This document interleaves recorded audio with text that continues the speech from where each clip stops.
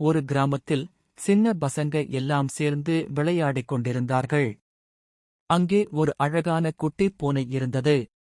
அது பசங்கோட பந்து விளையாட ஆசைப்பட்டது போல எப்போதும் பந்தை துரத்தும்.